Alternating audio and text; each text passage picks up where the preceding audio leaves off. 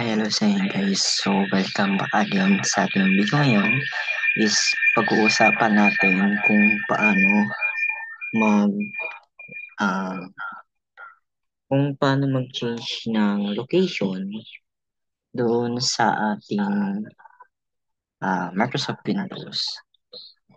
So, yan, ito yung ating file manager kung paano natin i-change na location yung mga folders na naka-default sa C.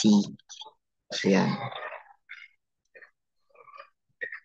So, punta kayo dito sa ating naiwagang File Explorer. Ayan.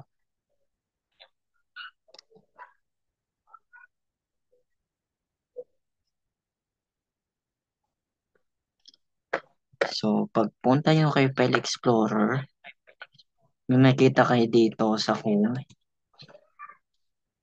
yung mga quick access folders. Ito yung desktop, documents, music, downloads, pictures, and videos. So, ito, pwede nyo change ng location sa mismong drive pa rin, huwag lang sa ibang drive kasi mag-auto-generate yan or mag-auto-create yan sa mismong users folder nyo.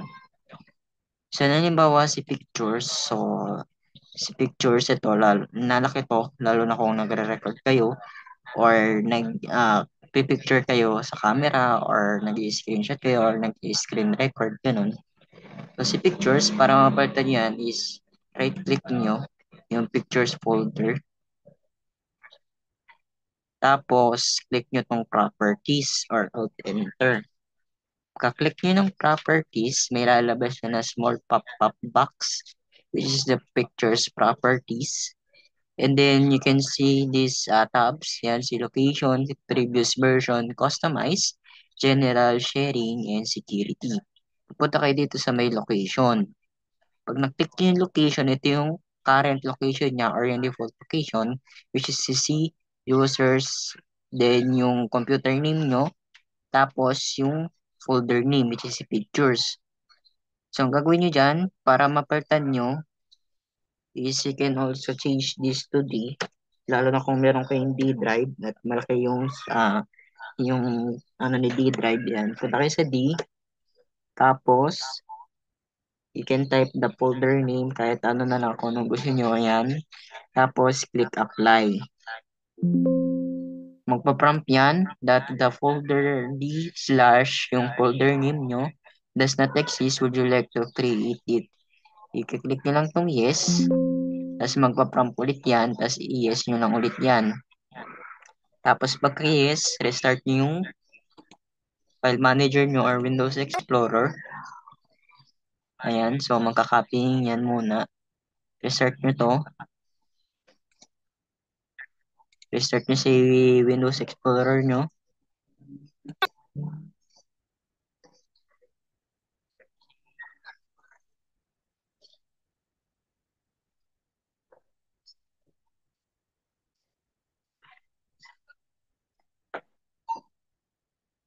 So yan, bali na restart na natin si Windows Explorer. And then, let's see kung napunta siya sa D drive. So, ito, access natin sa this PC.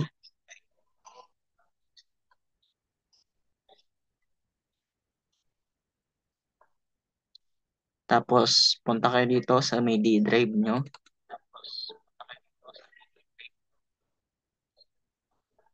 And then, you can check na si downloads and si pictures is nandito na sa D drive. So, bali na una kong ilipat si download sa past few months ago. Ayan. And then, si pictures naman is yun lang natin na ilipat. Ayan. So, nandito na siya. Kaya lang itong dalawang to, it will automatically generate sa users folder. Pero yung icon nila is I don't know lang kung ganun pa rin. Pero nandun pa rin yan pagka may minsang error na pupunta dun sa sinyo. Tapos nandun din yung default na location nila. So, yun lang guys. So, sana may natutunan kayo sa video natin ngayon. And don't forget to like, share, and subscribe. Yun lang guys, and thanks for watching.